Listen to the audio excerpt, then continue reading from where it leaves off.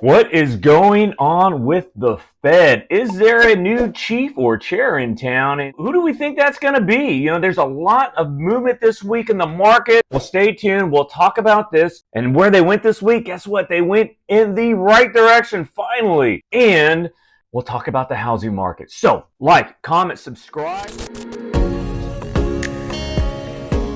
All right, let's start off with prices. Prices are steady. All right, we had a Case-Shiller Home Price Index come out this week. We'll go over that. Inventory continues to rise across the country, and especially in Oahu. And rates finally came down a little bit. So, all right, headline news. We had mixed bag for housing. We'll go through several different reports that came out this week. Some good, some bad. It just depends on where you're at in the market. And Fed Chair Powell, well, he has proven to be defiant. He spoke in front of Congress this week, both the House and the Senate, on Tuesday and Wednesday. And then we also had big news, folks. Believe me, if you have tried to buy a home in the last, forever, as soon as your credit was pulled, you started getting called by all sorts of people. And it's happened to me multiple times. I'm getting calls from Kansas and Arkansas and a few other states, just nonstop, 4 o'clock in the morning, because they don't realize that we're in Hawaii. Well, guess what? That is gonna stop. Thank you to Congress finally doing something that I approve of. And then inflation. Inflation report came out today, Friday, and it shows inflation not going down, but pretty dang close and still really, I would say, overall on track.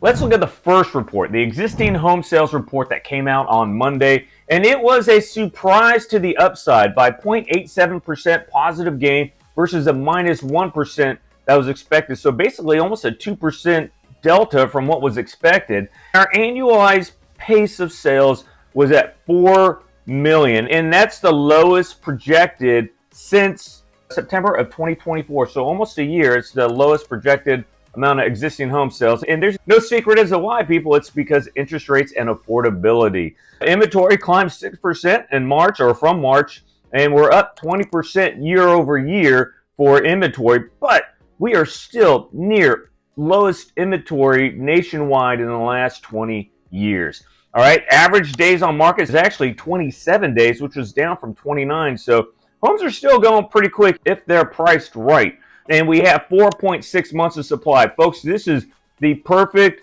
equilibrium between a buyer's market and a seller's market nationwide, 4.6 months. So, in Hawaii, condos, we're at like 6 months of inventory. So we're definitely in a buyer's market in Oahu. But prices, despite this, prices are still up 3.7% month over month, from 407,000 to 427,000. So really a lot of upward movement. All right, and then finally, first-time home buyers, they were 30% of all new purchases, which was down a little bit from 34%. So overall, a positive existing home sales report. Now let's go to new home sales. I tell you what, new home sales dead in the water, folks. We saw signed contracts fall 13.7% in May after jumping 10% in April. We saw a drop, 623,000 signed contracts. This number's down probably due to rates and to weather. But overall, sales down 6.3% year over year. And despite that, prices are still up. And then what you see is 507,000 new homes on market. That is the largest number of new homes for sale since 2007. What happened in 2007? All right, 2008, 2009, we had that housing market crash. So you know what builders are doing right now? They're going to stop because they need rates to come down.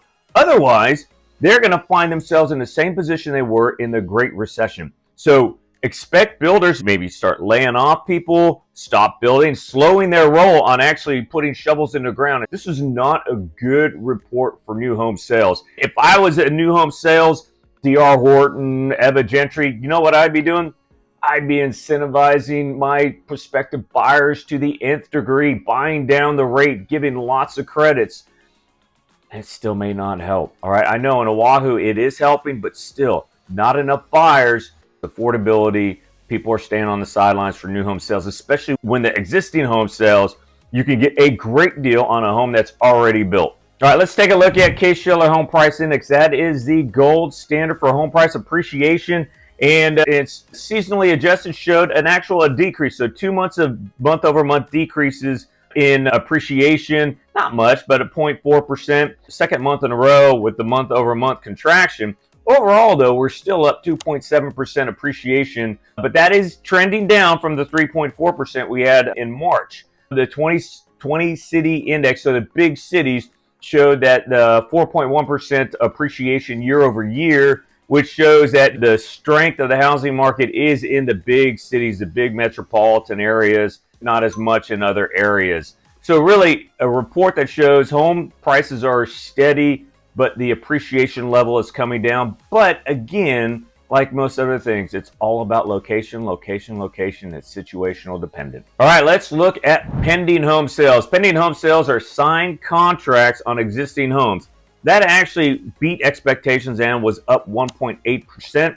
We're up 1.1% year over year as well, and have a current pace of sales at just over 4 million. So you see a little bit of improvement in the pending home sales index, which is good. So this kind of offsets or is in line with the existing home sales. Not a great increase, but still a positive increase for pending home sales. Not a bad report here, but what this will lead you to believe the next existing home sales report will be kind of similar to what we had here for May. Folks, this has been a real interesting week if you're on the Fed, because we started the week this weekend, two Fed presidents, the Fed chair or Fed President Waller and Fed President Bowman, both said, hey, a July cut in the Fed funds rate is warranted and would be good news for the economy. And they're pushing this. Well, on Tuesday and Wednesday, Fed Chair Powell was up on the Hill, and he spoke to both the Senate and the House of Representatives, and he did not rule out a rate cut, but he was hesitant to say we would do a rate cut because he has not seen the impact of the Trump administration tariff policies in play. So he's still thinking that inflation may go up. And on Friday, was he justified? I mean, inflation did go up. The core went from 2.6 to 2.7, but still it didn't go up a lot. And most of the increase was due to shelter. And really the forecast remains 2 cuts for the year. But you know what? We also had another Fed president come out and say, you know what? We probably need to cut rates in July. So Fed presidents, 3 of them, are not necessarily agreeing with their Fed chair. Here's something to think about. The PCE was up, but not bad. Unemployment, continuing claims are up and actually getting near that 2 million point.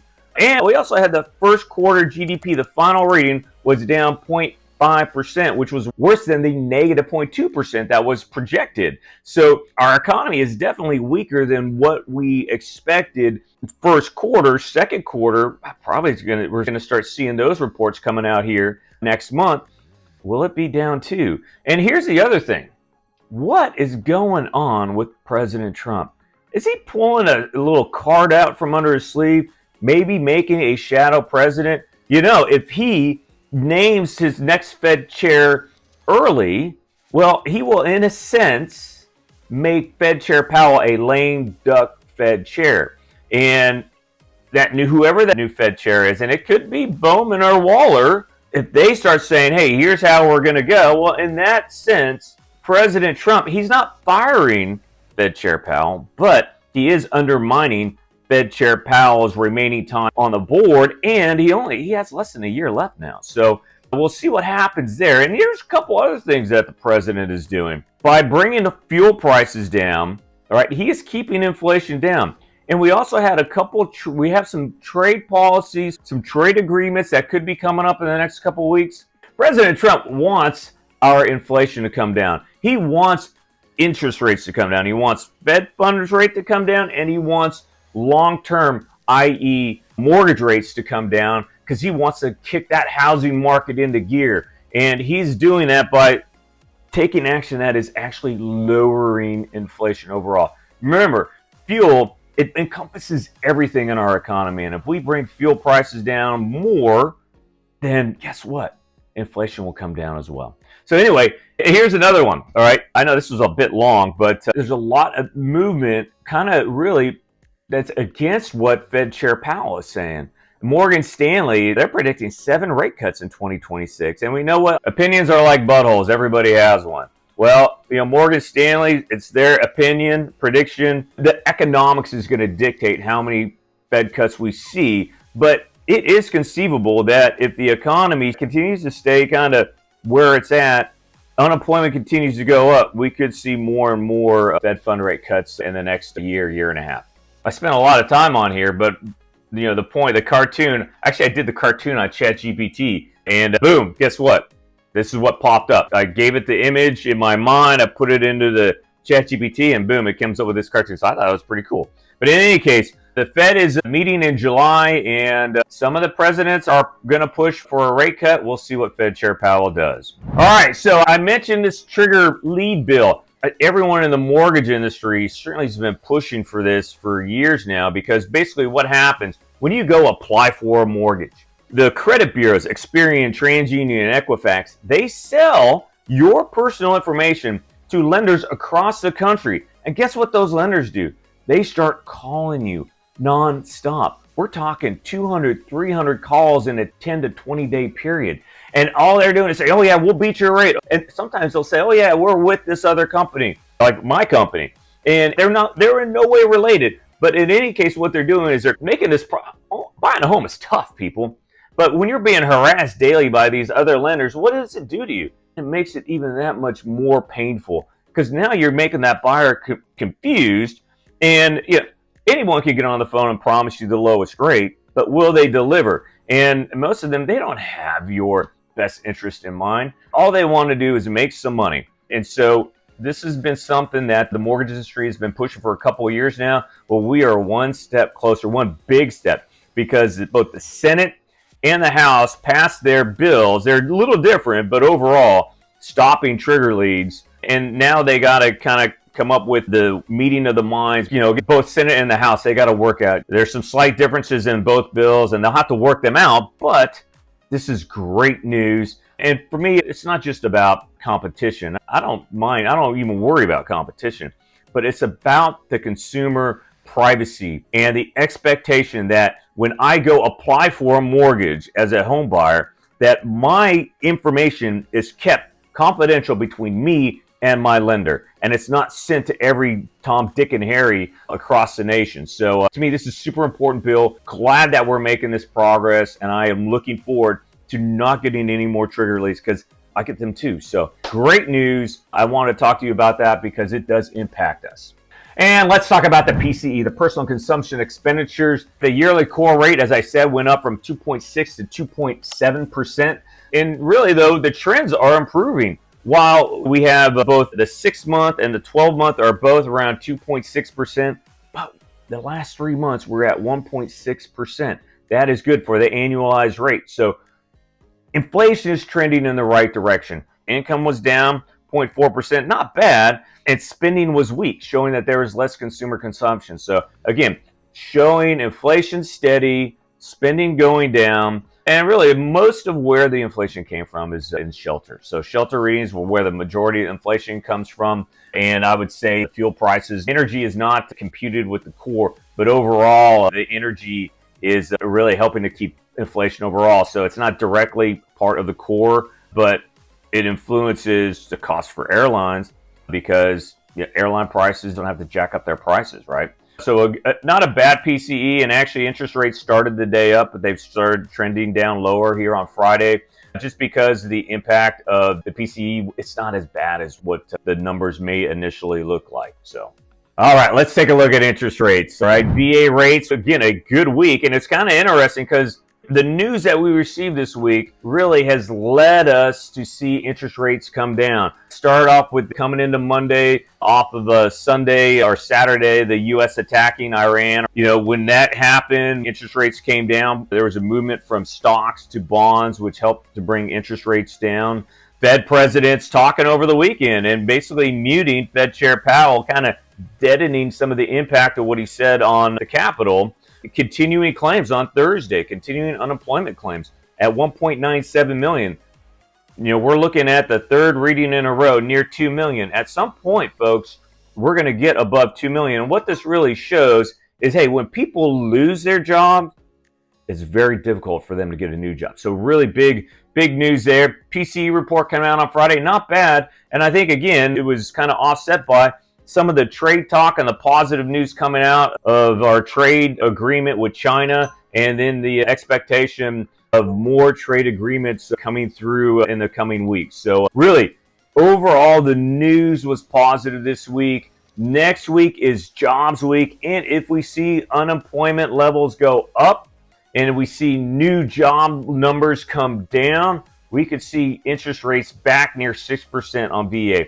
Otherwise, we'll probably be heading above 6.25% again. But good news as we end the week. All right, so what does this all mean? Mortgage apps, again, a very slow summer season. Mortgage apps are down 0.4% on purchases, slightly up 3% week over week on refinances. Again, that's to be expected because interest rates came down about 1/4 point. Inventory is still super high. I'm telling you, I had 3 contracts accepted so far this week. Probably have a 4th one, getting between $20,000 and $40,000 seller credit. Folks, that's where your deals are at right now in areas where there is a large amount of inventory and inventory sitting. So really, if rates get down much longer and that affordability gets better, expect to see more buyers, which means less seller credits because they're not going to have to give them. People don't want to give away money, but if they need to sell, they're going to do it. Sellers, spring season has bled into a weak summer season, but don't give up. Demand is pent up. The demand is out there. I tell you what, I got a ton of applications in this week, which shows that there are people who want to buy. They're just afraid to take that next step. A seller credit could be the motivation they need to get off the fence and into your home and making it theirs. All right, that's all I got for you. You guys have a great week. Aloha.